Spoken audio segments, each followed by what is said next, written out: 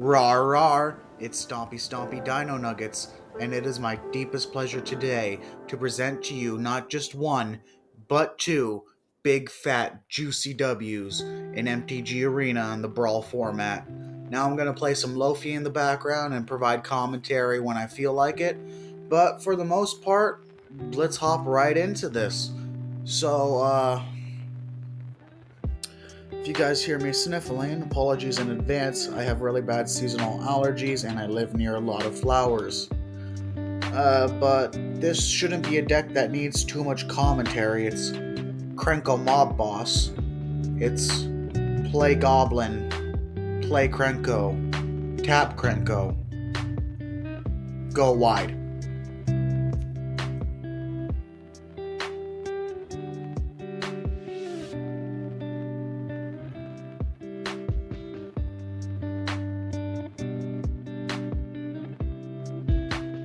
Now, see, I did attack there because Sythis Harvest Hand will gain him life. So it's good to put pressure on, right away.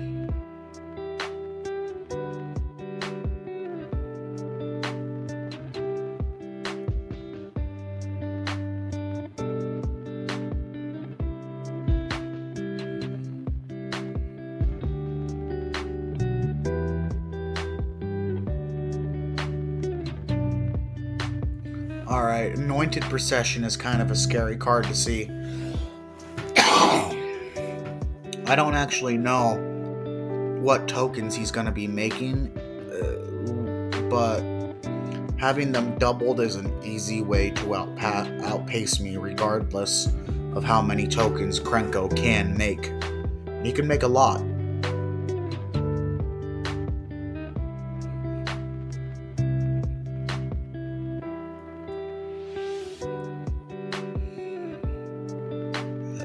Okay. I feel like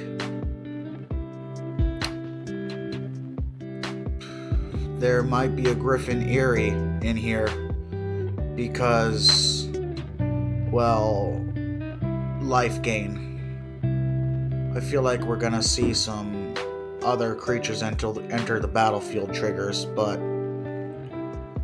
really just can't be sure about that.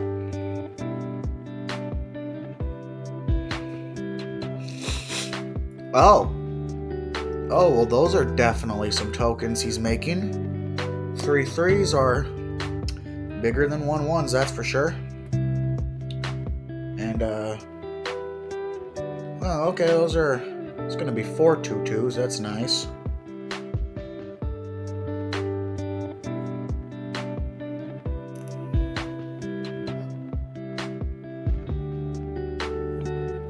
Now, if I were being smart, yep, I would use the Hulking Bugbear and 3 tokens as opposed to 5 tokens and a 1/1.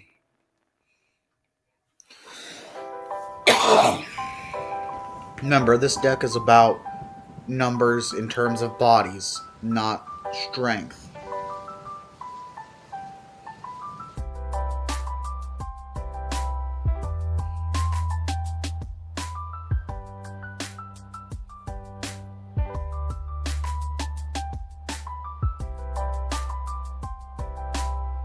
That Esper Sentinel, though, isn't actually going to help him. I don't have very many non-creature spells in this deck.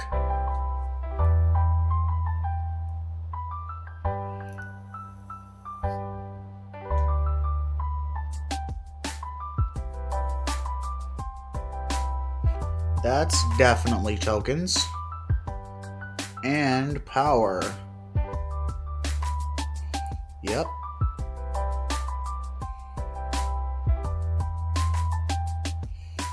So Felidar Retreat is gonna do good for him because whenever he plays a land, he can either get the a 2/2 cat token doubled by Anointed Procession, so 2 2/2 cat tokens, or he can put a 1/1 counter on all of his creatures, which is extremely helpful in overwhelming me because he is in green, so there's definitely a chance that he could top deck something that uh, gives all of his things trample, or just gives one of his things trample, and it might be enough to trample over me.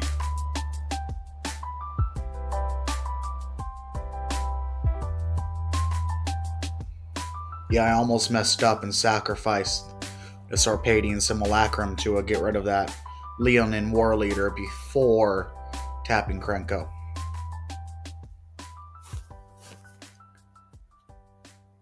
That was honestly just convenient, though, that I top decked that.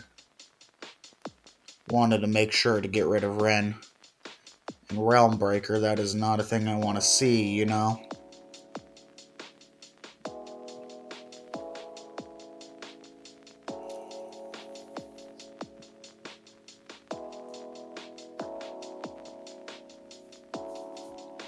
What's interesting to me about Ren and Realm Breaker, or 8, I suppose, is that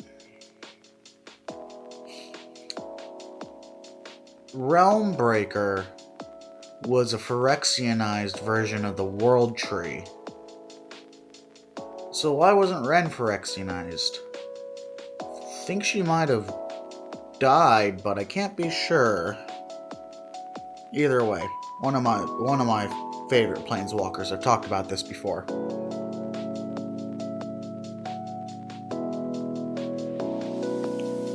And that's gonna get big, frightening, and scary.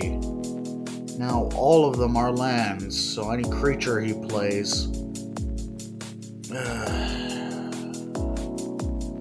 is gonna trigger Felidar Retreat.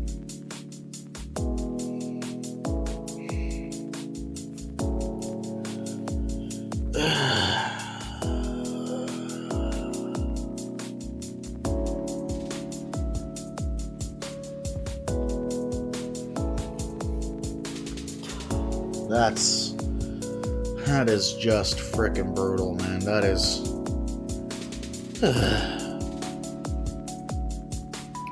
What the heck, dude? What the heck? Why?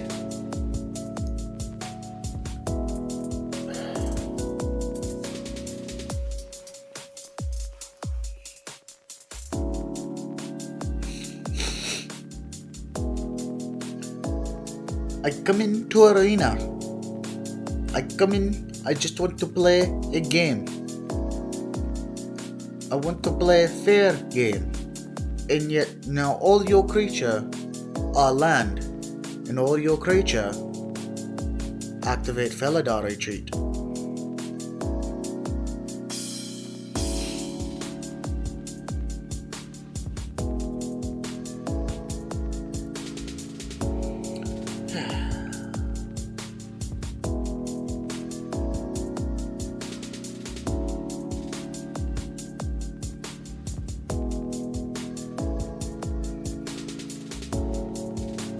This game just isn't going my way. I think I might go jellyfishing instead.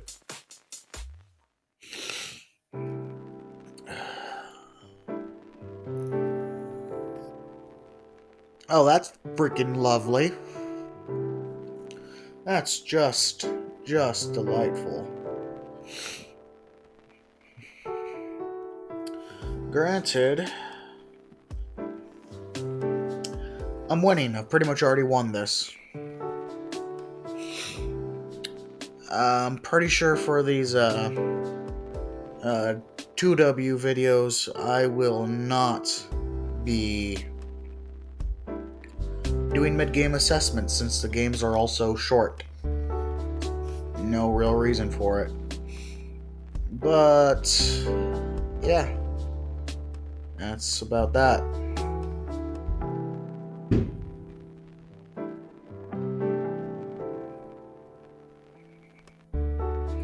Don't know if you guys heard that, but someone just shot off a firework outside. Hooray! Now if I attack with everything, I think I win.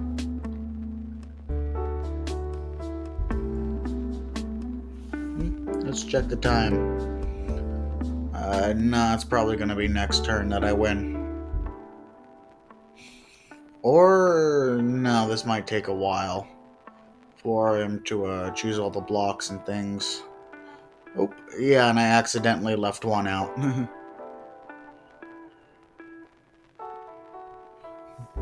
Which I don't think mattered at all. No, it didn't. He doesn't have enough to cover his life total. Yup. Gotta be honest though, he really put up a good fight. Krenko Mob Boss just gets the numbers. But at the end of the day, it was a numbers game, and going wide is definitely still a cool W. Especially when your opponent does not make it all too easy for you. Well, then I guess we are going to get moving on into the next one pretty soon here. Let me know how you guys like that down in the comments below. And we are on to the next one. Rawr, let's stomp right on into the second W. Ooh, that's a decent enough hand. Now you guys are probably wondering why I'm showing Slimefoot 2 days in a row. Well, that's because I have 2 Slimefoot decks, both using Thallid Transplant. One that's low-key a meme deck, the one with all the lands that you guys saw yesterday, and this one that actually has other things in it. You know, besides just Slimefoot and lands. Which, you know, isn't bad. It's actually pretty cool.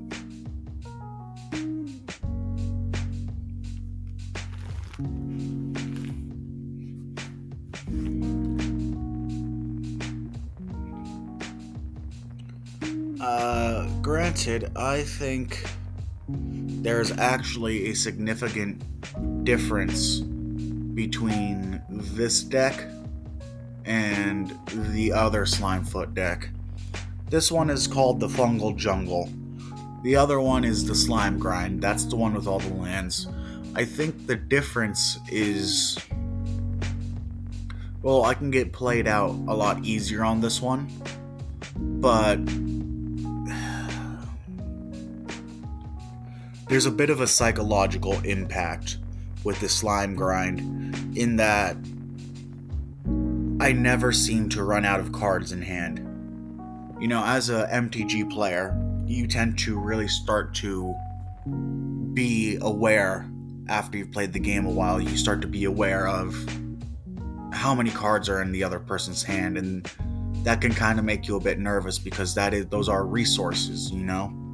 That is definitely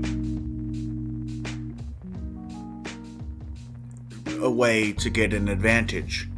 So it's kind of scary seeing my hand constantly full, even if you know it's full of lands. There's still the fact that you know I'm always going to have something to play each turn, which can kind of mess with the opponent's head a bit.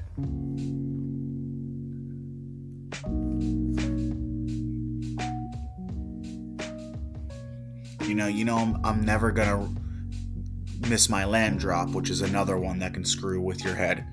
You have to worry about missing your land drops. My entire deck is land. I never run out of gas. It's just a very slow burn. So it can that knowledge can kind of creep up on a player and make them, how do I put it? Make less optimal decisions. Have poorer judgment. Assess threats improperly, like that last game. the opponent, the last yesterday's game with Slimefoot, the opponent killed one of my Spore Crown Thalids instead of the Verdant Force. That being said, I should be getting back to this game. He's just played his commander, Go Shintai. So he has 2 shrines, which isn't going to do a whole lot for him right now. Until he gets other shrines out, but it's definitely something, and he will get a body each turn. So that is a bit scary because that's all adding to his mana output because of Enduring Vitality. I do also have cost reduction running on my fungus creatures and my black creatures via Urza's Incubator and Bantu's Monument specifically. And yeah, just cleaned out his board something fierce. However, that led to him having one more creature out, which I was hoping I could clear the board, swing in, and connect with Slimefoot, but that didn't end up happening, sadly.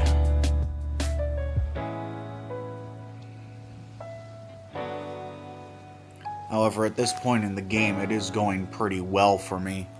In fact, since, I know I said I wouldn't, but since it's about halftime, and I said that, I might as well. Halftime mid-game assessment, yeah, I've got the upper hand. All in all, this is a rather slow-paced game, but I definitely have the upper hand here. I am going to be capable of pulling through very, very easily. However, because of Go Shintai's snowballing capabilities, there's always the chance that he ends up beating me first. Getting that Jet Medallion is nice, despite the lack of black creatures in this deck, even in Slimefoot's spellbook or whatever. Still having a bit of extra cost reduction in one of the colors of the deck is good. Very, very good. It's going to go pretty far. If you guys are wondering why Verdant Force doesn't have its mana cost reduced by Urza's Incubator, it's because Verdant Force is not a fungus, but an elemental. It's the one creature in this deck that is not. I'm not so sure it was super bright of him to take that 8. I honestly would have blocked with my 2 little chumpy chumps, but it's up to him. I feel like I've seen the name Ashbourne somewhere before, though. Oh, okay, things are gonna go a bit differently now with Sanctum of Shattered Heights. He can use that to destroy my things, can't he? Is it anytime he plays an enchantment or nope, a shrine? Okay. Petrify. Right. Keeping it from being able to attack or block, I believe.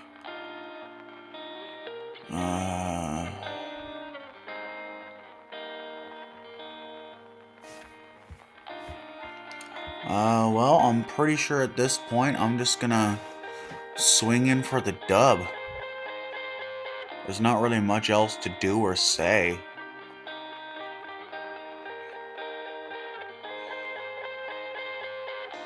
Oh, he had a counterspell. But yeah, it's game. And that's that. It's pretty grindy, and I hope you guys think that a grindy W is as sick as I do. Well, if you like that, make sure you leave a like and a subscribe, and ring the bell if you want to. And until next time, This is StompyStompyDinoNuggets. Stomping on out of here.